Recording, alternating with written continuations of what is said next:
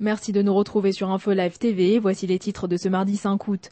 Le gouvernement d'union nationale libanais a adopté lundi à l'unanimité une déclaration sur ses politiques, ouvrant la voie pour remporter un vote de confiance du Parlement. Cette ébauche de communiqué insinue que le Hezbollah peut continuer à garder son arsenal militaire et continuer sa campagne pour libérer tous les territoires dont il se déclare propriétaire, à savoir les fermes de Sheba ainsi que le village de Rajar. Rappelons que le Liban se dote depuis juin d'un gouvernement d'union nationale après 1 an et demi de crise politique. Le ministre de la Défense et chef du parti travailliste Ehud Barak a critiqué ce lundi ses rivaux politiques en les comparant à des animateurs d'émissions télévisées et a déclaré à ses membres qu'une opération militaire dans la bande de Gaza était toujours d'actualité.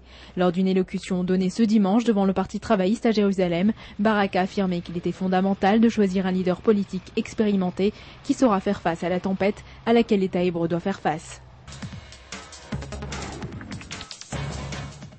La question à savoir si le gouvernement américain ouvrira une section diplomatique en Iran sera décidée par le président George W. Bush lui-même le mois prochain, selon les hauts responsables du gouvernement à Jérusalem. Cependant, même si le gouvernement israélien reste surpris et inquiet de cette décision, il a décidé de ne pas intervenir pour l'instant sur le sujet.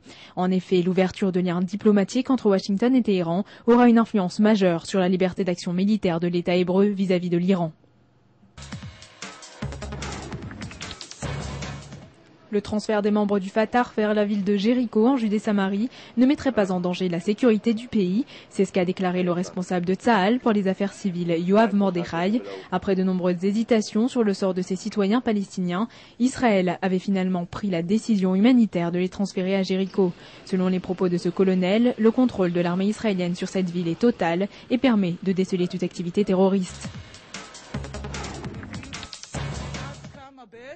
La ministre des Affaires étrangères Tzipi Livni a déclaré garder la possibilité de quitter son parti Kadima dans le cas d'un échec aux élections primaires. Elle a tenu ses propos ce lundi lors de la première réunion du parti depuis l'annonce de retrait du Premier ministre Ehud Olmert.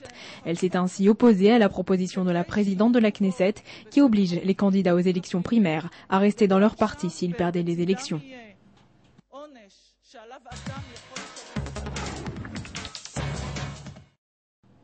Il y a quelques jours de cela, des archéologues de l'université de Tel Aviv ont fait l'une des plus surprenantes découvertes dans un columbarium du kibbutz Ramat Rachel à Jérusalem.